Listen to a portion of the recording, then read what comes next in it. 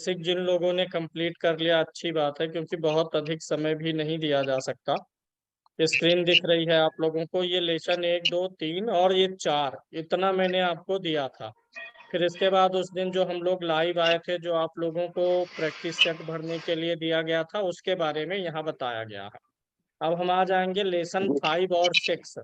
आगे हमारा तरीका क्या होगा कि मैं एक दिन लाइव आऊंगा, अल्टरनेट एक दिन, जैसे आज हूँ लाइव, अब कल नहीं, अब परसों फिर लाइव होंगे। एक दिन के अंतर पे लाइव होंगे और उस दिन के अंतर में आपको एक लेसन मिलेगा। आज हमारा लेसन है लेसन 5। लेसन 5 का वीडियो सभी लोगों ने देखा है। जी सर। जी गुरुदेव। इसमें लेसन 13 तक पढ़ चुका है। ग्रहों से क्या क्या विचार होना है सब पढ़ा हुआ है। अपने समय सुविधा के अनुसार देखेंगे, लेकिन हम लोग चलेंगे हमारी ही गति से, एक एक लेसन पे डिस्कशन करते हुए। सूर्य से विचारणीय विषय आप लोगों ने देखा होगा, और मैं सूर्य पे अभी आप लोगों को कुछ गाइड भी करने वाला हूँ। ये आपके सम्मुख एक पीडीएफ खुला हुआ है, ये दिख रहा है सबको? जी गुरुदेव। जी सर। जैसे क्या है, जूम पे अभी हम बहुत एक्सपर्ट नहीं है, इसलिए थोड़ी बहुत कभी कभी प्रॉब्लम्स आएंगी। जब 4 6 10 दिन बीतेगा तो उसके बाद प्रॉब्लम्स भी नहीं आएंगी, तो इसलिए थोड़ा सभी लोग धैर्य रख के चलेंगे। यहाँ पे देखिए, हम सूर्य के बारे में आपको कुछ बता रहे हैं। सूर्य एक तो ग्रहों का राजा है, जितने भी हमारे 9 प्लैनेट्स हैं उनमें ये राजा है। और चंद्रमा क्या है, ये क्वीन है, रानी है। 9 ग्रहों में जी सर सूर्य जो सुनील लच्छानी जी, आप म्यूट कर लीजिए प्लीज। और महेंद्र भालेराव जी, ये कुछ सभी जो लोग आवाज आ रही है अपना इन दोनों म्यूट से आ रही करके रखिए। सभी लोग म्यूट करके रखेंगे। डाउट के लिए आप लोगों को ग्रुप में डाउट्स भेजना रहेगा, इसलिए अभी आप लोग म्यूट करके रखें। देखिए, सूर्य ग्रहों में राजा है, चंद्रमा रानी है। सूर्य और चंद्रमा को एक एक राशि ही मिली हुई है, शेष ग्रहों को 2 राशियां मिली हुई हैं। इसका कारण यह है कि जो सारे ग्रह हैं सूर्य और चंद्रमा को छोड़ के, और कुंडली में लग्न पहले घर को छोड़कर जो सभी चीजें हैं, उनका उपभोग करता कौन है? सूर्य, चंद्रमा और लग्न करता है। कुंडली का लग्न प्रथम भाव, सूर्य और चंद्रमा उपभोग करते हैं, यानी ये रिसीव करते हैं सारे फलों को। और जो दूसरे ग्रह हैं और भाव हैं, वो सप्लाई करते हैं, फलों को प्रदान करते हैं। तो सूर्य ग्रहों में राजा है, सबसे मुख्य ग्रह यही है। अब सूर्य अगर अच्छा हो गया, राजा किसी का अच्छा हो गया, तो अन्य बुरे ग्रहों का प्रभाव अपने आप कम हो जाता है। कुंडली का अच्छा सूर्य अन्य ग्रहों के प्रभाव को, बुरे प्रभाव को अपने आप कम करेगा, क्योंकि आपका राजा ही अच्छा है।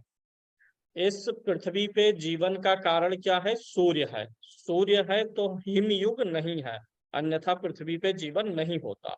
तो सूर्य का संबंध जीवन से जुड़ा, और मनुष्य का जीवन किससे जुड़ा हुआ है? आत्मा से। इसीलिए सूर्य आत्मा से संबंधित है। आत्मा है तभी जीवन है, आत्मा नहीं है तो जीवन नहीं है। तो सूर्य सबसे महत्वपूर्ण चीज जो हमारे बॉडी के लिए है, वो आत्मा है, इसलिए आत्मा का कारक हुआ। और ये आत्मा प्रदान करने वाला कौन है? पिता है। इसलिए पिता का भी विचार सूर्य से ही होगा। व्यक्ति की आत्मा का विचार, पिता का विचार, जिससे हम बने हुए हैं, जिससे हमारा अस्तित्व आया है इस संसार में, वो सारी चीजें सूर्य है। सूर्य ही हमारा कॉन्फिडेंस है। आप किस व्यक्ति को राजा बनाएंगे? जिसके अंदर आत्मविश्वास रहेगा, सबसे अधिक जिसके अंदर आत्मविश्वास रहे, ऐसे ही व्यक्ति को आप किंग बना सकते हैं। तो सूर्य राजा इसीलिए है क्योंकि उसके अंदर सभी ग्रहों में सबसे अधिक आत्मविश्वास है। राजा को रहना कैसा चाहिए? निरोगी रहना चाहिए, आत्मविश्वास भी रहे, निरोगी भी रहे। और राजा को सात्विक भी होना चाहिए, इसलिए सूर्य एक सात्विक ग्रह है, तामसिक ग्रह नहीं है। तो सूर्य हमारी आत्मा हो गया। सूर्य पृथ्वी की भी आत्मा सूर्य है। हमारा आत्मविश्वास हो गया। शरीर की रोगों से लड़ने की क्षमता सूर्य है। जिस व्यक्ति का सूर्य अच्छा रहेगा उसको आप देखेंगे कि दवाएं जल्दी सूट कर जाएंगी। पॉइंट नोट करते रहेंगे, आवश्यक पॉइंट जो भी आपको मिलेगा। वीडियो आपने पहले से ही देखा है, कुछ मैं बोलूंगा हो सकता है कुछ उसमें आपको नवीन मिल जाए। तो ये पॉइंट जो है नोटेबल है कि कुंडली का अच्छा सूर्य व्यक्ति को दवा में, इलाज में जल्दी हेल्प करता है। सूर्य अच्छा रहेगा तो व्यक्ति अपनी बीमारियों से जल्दी रिकवर करेगा, मेडिसिन उसको क्विक सूट करेंगी, क्विक रिलीफ देंगी। तो ये चीज भी नोट रखेंगे। रोग नष्ट करने की क्षमता तो हो ही गया। सूर्य यश है, यश को आप कैसे जोड़ सकते हैं? सूर्य क्या है? चमकता है। सूर्य चमकता है और यश को भी चमक से ही जोड़ा जाता है। कहते हैं उनकी यश कीर्ति चमक रही है। तो जब सूर्य अच्छा होगा तो व्यक्ति की कीर्ति भी अच्छी रहेगी, यानी व्यक्ति की कीर्ति चमकेगी।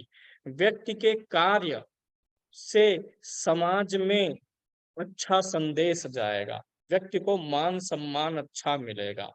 मान सम्मान का भी कारक ग्रह यही है।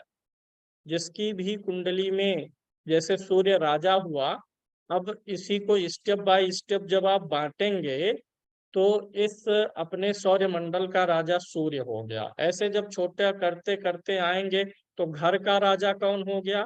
पिता हो गया। उनसे भी ऊपर का राजा कौन है? पिताजी के पिताजी। तो सूर्य को अच्छा रखने के लिए, कुंडली से सूर्य के अच्छे फलों की प्राप्ति के लिए, सूर्य जिन चीजों को रिप्रेजेंट करता है उन चीजों का मान सम्मान और आशीर्वाद लेना बहुत जरूरी है। अब अगर किसी का सूर्य बिगड़ा हुआ है तो वो ये बताता है कि ऐसा व्यक्ति अपने घर में अपने से बुजुर्गों का जो है ख्याल अधिक नहीं रख पा रहा है, जिसके कारण से सूर्य का फल बिगड़ेगा। तो बुजुर्गों का ख्याल, पुरुष वर्ग में बुजुर्गों का ख्याल रखने से, फोर फादर्स का ख्याल रखने से सूर्य अच्छा रिजल्ट देता है। सूर्य हमारी यश और कीर्ति को भी बढ़ाएगा। सूर्य चूंकि एक गर्म ग्रह है, सूर्य इतनी दूर है पृथ्वी से और पृथ्वी पर इतनी गर्मी पैदा कर देता है इतनी दूरी से, तो जहां बैठा हुआ है वहां तो बहुत ही गर्मी होगी ना। तो इसलिए सूर्य जो है उग्रता का भी कारक है, क्योंकि इसमें गर्मी है। और राजा के अंदर क्रोध भी होना चाहिए। राजा के अंदर क्रोध रहेगा अगर, तभी वह शत्रुओं के प्रति निर्णय ले पाएगा और कठोरता अपना पाएगा। तो सूर्य प्रधान व्यक्ति के अंदर क्रोध होता है। अब इस सूर्य के क्रोध में और मंगल के क्रोध में अंतर है। मंगल प्रधान व्यक्ति भी क्रोधी होता है। अगर लगन में सूर्य का प्रभाव है, जिस किसी भी भाव में सूर्य है उस भाव से संबंधित रिश्ते में गर्मी पैदा होगी, क्योंकि सूर्य गर्मी है। जैसे चतुर्थ भाव हमारा परिवार है, पारिवारिक जीवन है। तो अगर सूर्य वहां पर है तो परिवार में आपस के लोगों के बीच में गर्मी का माहौल रहेगा, गहमा गहमी रहेगा। लड़ाई झगड़ा युद्ध की बात नहीं मैं कर रहा हूँ, लोग आपस में एक दूसरे से तर्क वितर्क करेंगे, होड़बाजी करेंगे, क्योंकि सूर्य गर्म ग्रह है। अब सूर्य गर्म है तो उसमें क्रोध भी है। सूर्य का क्रोध और मंगल का क्रोध दोनों में अंतर है। सूर्य आप जानते हैं कारक किसका है? पिता का।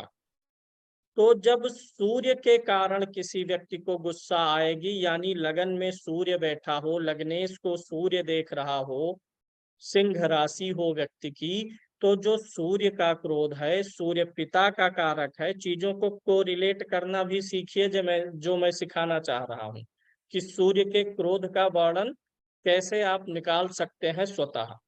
सूर्य पिता का कारक है, और जब भी पिता क्रोध करेगा तो क्यों करेगा आप लोग बताइए?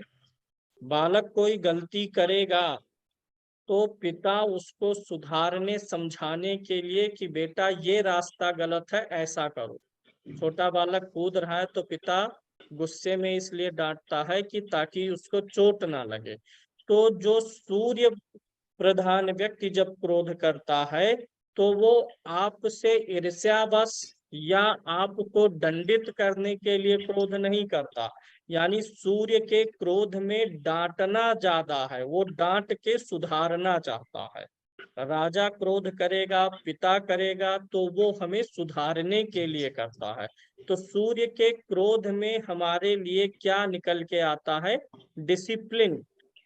डिसिप्लिन में बांधने के लिए, अगर किसी का सिंह लगन है, लगन में सूर्य है पहले घर में, और ऐसा व्यक्ति तब क्रोध करता है तो वो सिर्फ इसीलिए करता है ताकि जहां वह काम कर रहा है या उस व्यक्ति के नियंत्रण में जो लोग हैं उन्हें वह डिसिप्लिन में रख सके। और मंगल जब क्रोध करता है तो वह पनिशमेंट के लिए करता है, क्योंकि वो सेनापति है, उसका काम युद्ध करना है। और सेनापति है, ये सूर्य के अंदर गुस्सा कम है, इसीलिए यह राजा है। लेकिन मंगल को सिर्फ क्रोध ही पता है, क्योंकि लड़ाई में वही चाहिए, जुनून चाहिए। तो मंगल जुनूनी ग्रह है, तो मंगल का क्रोध जुनून में होता है। यानी मंगल वाला क्रोध व्यक्ति को नुकसान देता है, उतावलापन से भरा होता है। और सूर्य का क्रोध अनुशासन से भरा होता है। शरीर में लालिमा, चूंकि सूर्य जो है गर्म ग्रह है और अग्नि में लालिमा होती है, इसीलिए सूर्य से शरीर की लालिमा का भी विचार होगा। अग्नि प्रधान ग्रह है, ये तो सबको पता है। अब अगर ये सूर्य अग्नि प्रधान ग्रह है तो आप ऐसी सभी चीजें जो बिजली उत्पन्न करें, आग उत्पन्न करें, वे सभी चीजें सूर्य में आ जाएंगी। यानी सूर्य से आग और बिजली से जुड़े हुए सभी कार्यों का भी विचार हो सकता है। इलेक्ट्रॉनिक्स आइटम हो गए, बिजली से जुड़ा हुआ, भट्ठी से जुड़ा हुआ, आग से जुड़ी हुई चीजें किसमें आ जाएंगी? सूर्य में। क्योंकि सूर्य में गर्मी है, अग्नि है, तो जो चीजें अग्नि प्रकट कर सकती हैं वो सब सूर्य में आ गया। देव स्थान का कारक भी यही है, देवताओं के स्थान का कारक है। इस संसार में अगर साक्षात नारायण स्वरूप में आप किसी को देखना चाहते हैं तो वो भगवान सूर्य ही हैं जिन्हें हम देख सकते हैं। यही जो है सूर्य भगवान ब्रह्मा विष्णु महेश है, तीनों हैं। यही सूर्य महाराज की ऊर्जा के कारण, रोशनी के कारण पृथ्वी पे वनस्पतियां उगती हैं। और इन्हीं की रोशनी से ग्रीष्म ऋतु में, गर्मी में वनस्पतियां सूखती भी हैं। जैसे इस समय गेहूं के फसल का समय चल रहा है, तो अब गेहूं की फसल सूखेगी तो क्यों सूखेगी? सूर्य के धूप के कारण। अब बढ़ रही है धूप इसलिए, तो सूर्य सुखाएगा भी और पनपाएगा भी। यानी सूर्य पैदा करके क्या कर रहा है? ब्रह्मा का काम। और उसका विकास का कारण भी वही सूर्य ही है, तो वो विष्णु जी का काम। और अंत में सुखा के खत्म करता है, तो संहारक भी है। तो इसीलिए सूर्य नारायण स्वरूप है, इसलिए देव स्थान के कारक भी हैं। सूर्य का रस जो होता है ये कटु रस होता है। यहाँ पे एक चीज और समझ लीजिए, जो तीखा होता है वो अलग चीज है और जो कटु होता है ये अलग चीज है। ध्यान से इन दोनों रसों को समझिए, नोट भी कर लीजिएगा कुछ भी अगर आवश्यक लगेगा। मिर्चा जो होता है, मर्च, जो हम सब्जी में डाल के खाते हैं, जो हमारी मिर्च है, हरी मिर्च है, उसका जो स्वाद होता है वो तीखा होता है, वो तिक्त स्वाद है। और तीखा स्वाद पसंद भी आता है बहुत से लोगों को। कटु रस किसको बोलेंगे? जैसे हम लोग इंग्लिश टैबलेट खाते हैं, अंग्रेजी दवाएं खाते हैं, तो अगर हम दवा पानी से निकलने के बजाय उस दवा को अगर हम पीस लें, पीस के उसकी लिक्विड बना करके अगर हम उसे पिए, तो जैसे हम लोग छोटे जब थे बचपन में माता जी ने बहुत सारी दवाएं पीस के पिलाई हुई हैं, तो उसका स्वाद अभी सबको याद आ जाएगा जिन लोगों ने पिया हुआ है। तो वो जो टैबलेट पीस के पिए हैं हम, वो कटु रस में आता है। वो मतलब पसंद ही नहीं है स्वाद किसी को। और तीखा क्या है? मिर्च का स्वाद है। तो सूर्य का जो स्वाद है वही दवा का, टैबलेट का जो स्वाद होता है वही होता है। लेकिन वह दवा हमें स्वस्थ भी बनाती है, इसीलिए जो कटु रस वाली चीजें हैं वो हमें स्वस्थ रखती हैं। जैसे अगर जिह्वा को ज्यादा अच्छी चीजें पसंद आने लगे, जीभ को अच्छी चीजें पसंद आने लगे, कोई व्यक्ति मीठा अधिक खाने लगा, बाद में शुगर हो जाएगा। पूरी और साग, रसेदार मलाई, फास्ट फूड, ये सब हमारे जीभ को पसंद आती हैं क्योंकि उसमें कटु रस नहीं है। तो जब हमारे जीवन से कटु रस निकल जाता है और जिह्वा को पसंद करने वाली चीजें सिर्फ लेने लगते हैं, तो ये जो आरोग्यता है जो सूर्य के कारण से है, ये बिगड़ जाती है। जब हमारे जीवन में ये रस, कटु रस उपलब्ध होता है, कटु रस हम आदि रहेंगे, तो हम आरोग्यता का भी आनंद ले पाएंगे।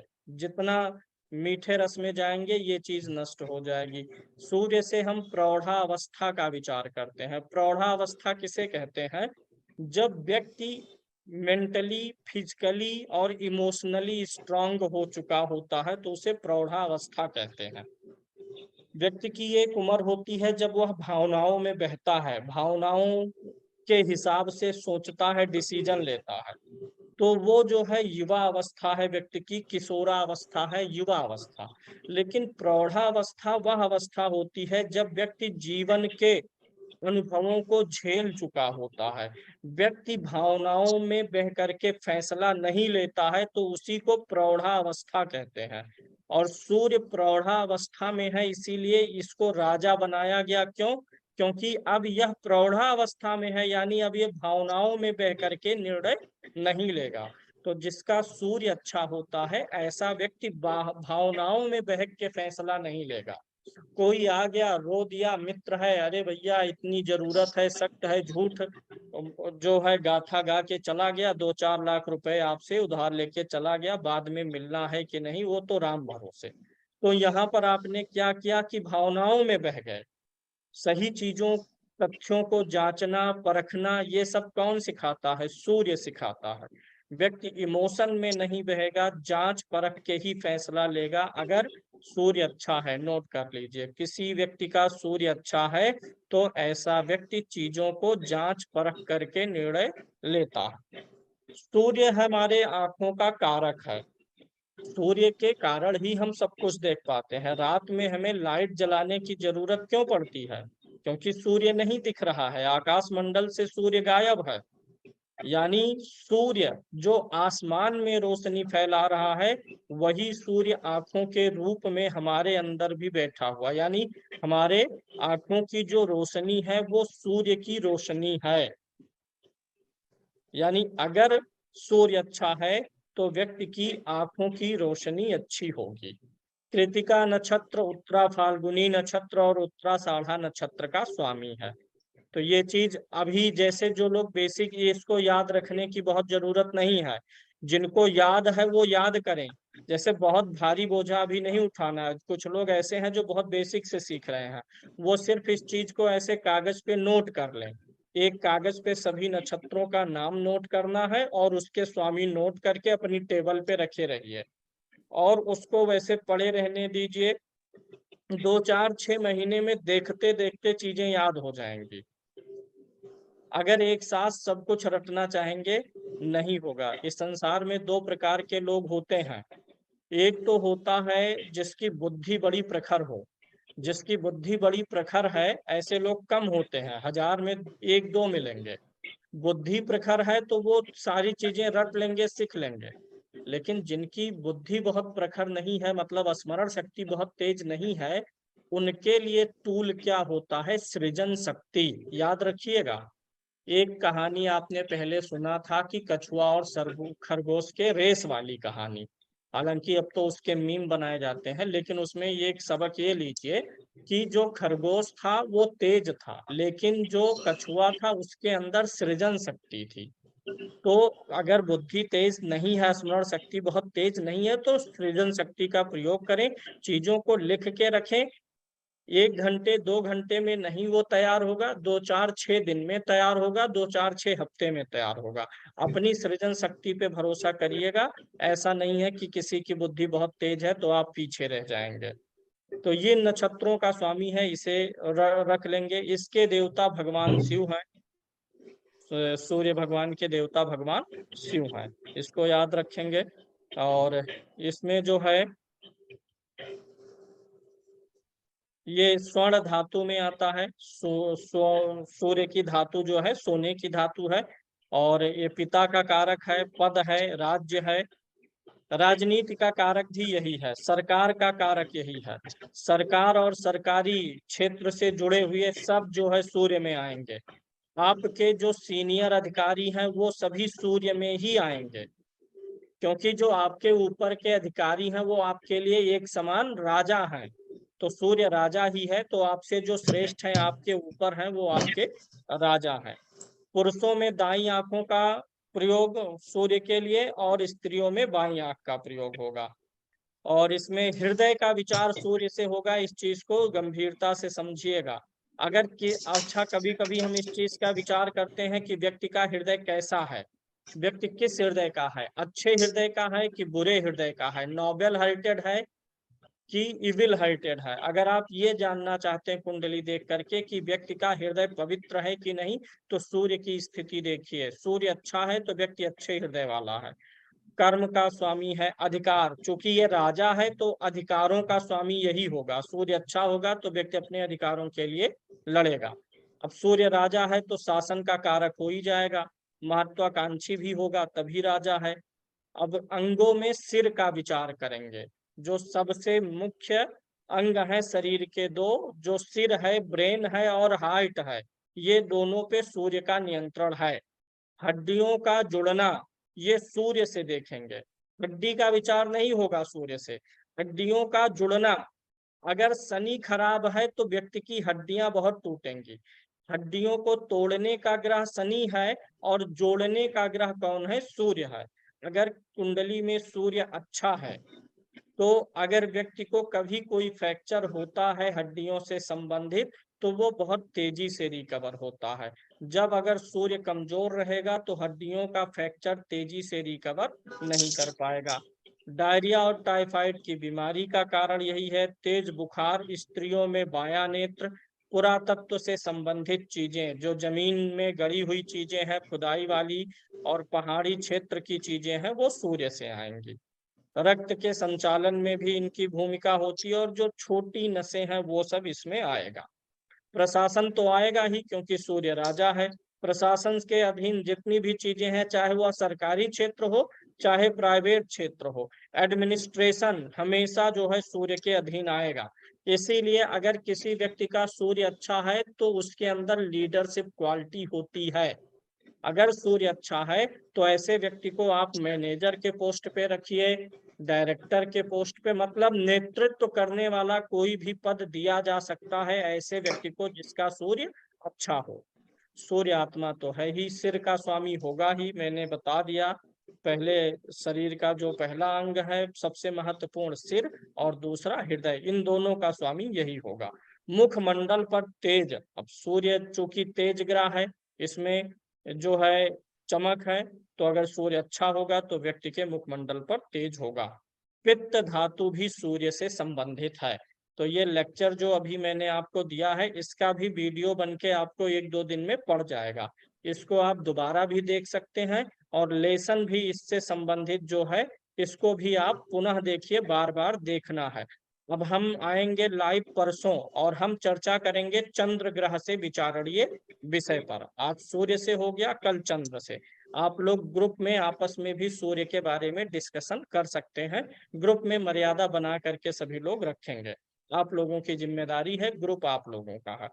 तो सूर्य से संबंधित इसको आपको वीडियो देखना है, और मैं अभी इसको भी एडिट करके डालूंगा। ठीक है, अब आप लोग अपना म्यूट करके कुछ पूछ सकते हैं। सेशन मैं अब एंड करने वाला हूँ।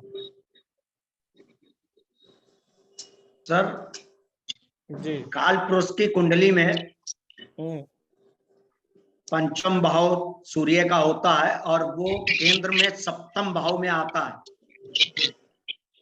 नीच राशि में आता है। क्या प्रभाव होना चाहिए सर? नहीं, आपकी बात मैं समझा नहीं, फिर से बताएं।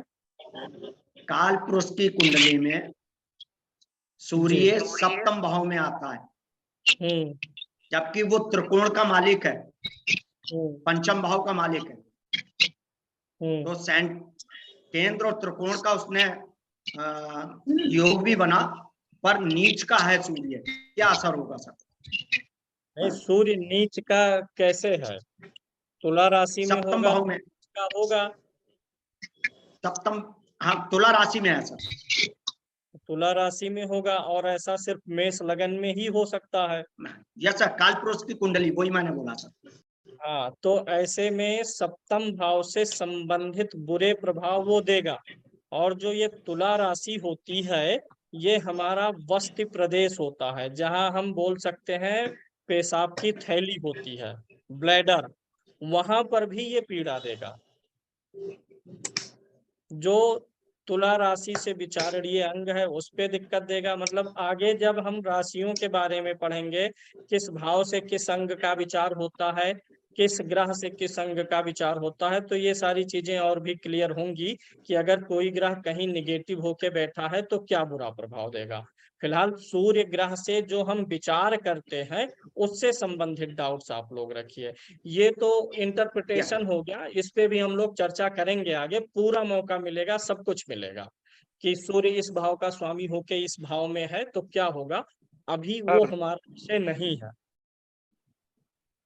Thank you sir. तो मैं इसको एडिट करके डालता हूँ। और चीज एक निवेदन है सबसे, हम लोग आराम से चलेंगे, हम पूरा सिखाएंगे, पूरा समय देंगे। 60 दिन नहीं, 90 दिन लगेगा, 120 दिन लगेगा, 6 महीने चलेंगे, आराम से चलेंगे, पूरा सिखाएंगे, स्टेप बाय स्टेप चलेंगे हम लोग। ठीक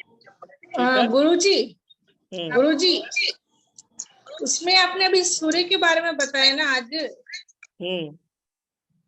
तो उसमें छोटा नशा बोल तो क्या है? छोटे नशे लिख के मतलब क्या है उसका मतलब? नशे देखिए, कुछ नसें बहुत लंबी होती हैं जो हमारे पाँव से लेके सिर तक जाती है, मेन नसें होती हैं। और कुछ वेन नसें होती हैं वेन, जो मुख्य नसों से निकल के छोटी, जैसे मान लीजिए ये फिंगर जो है ये मेन है, अब इसी में से और कई सारे नसें निकल निकल करके जाएंगी, पतली नसें, तो वो होता है गुरुजी जी। अच्छा। गुरुजी, इसमें मैं थोड़ा, जैसे आपने जो बोला, तो अगर इसको मैं थोड़ा और स्पष्टीकरण दूं तो जैसे जो जिसको हम इंग्लिश में कैपिलरीज बोलते हैं ना, हाँ, कैपिलरीज, वो, हाँ वही होती हैं छोटी नसें, है ना? जिसको धमनियां बोलते हैं। बिल्कुल जी। नस जो है वो जैसे अलग हो गया, जो धमनियां। आर्टरीज होती हैं वो बड़ी नसें होती हैं, हाँ, जो आर्टरीज होती हैं वो बड़ी होती हैं, गुरुजी, और जो वेन्स होती हैं वो उससे छोटी, और जो कैपिलरीज होती हैं जो छोटी छोटी छोटी छोटी। और सूर्य खासकर उन जो है धमनियों का स्वामी है जो हार्ट के आसपास की हैं और हार्ट की नसें हैं, क्योंकि वो हृदय का कारक है ना, इसलिए। धन्यवाद गुरुजी। चलिए, कल आप लोग लेसन अगला देखेंगे, चंद्रमा से विचारणीय विषय, फिर परसों हम लोग फिर मिलेंगे। और सूर्य ग्रह से विचारणीय विषय पर आप लोग ग्रुप में डिस्कशन करिए और वहां पे चीजों को लिखते रहिएगा। डाउट्स के लिए ग्रुप बना हुआ है, उसमें आप लोग डाउट्स भी भेजिएगा। चलिए, धन्यवाद। जय श्री राम। जय श्री राम। जय श्री जी, राम। उदय दीक्षित जी कुछ बोलना चाह रहे हैं। जय श्री राम जी। दीक्षित जी कुछ बोलना चाह रहे हैं, एक बात सुन लीजिए। बिल्कुल, बताएं। हेलो, हाँ जी, आवाज आ रही है मेरी? आ रहे, बताइए।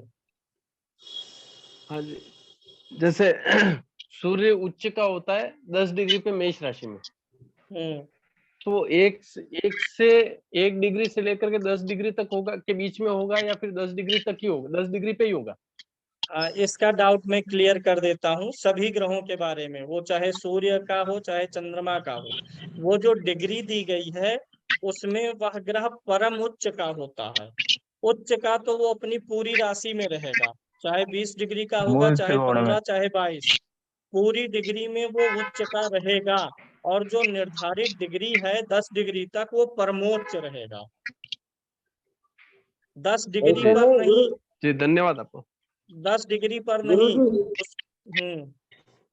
1 से 10 डिग्री तक केवल 10 डिग्री वो परमोच्च रहेगा 1 से 10 डिग्री तक।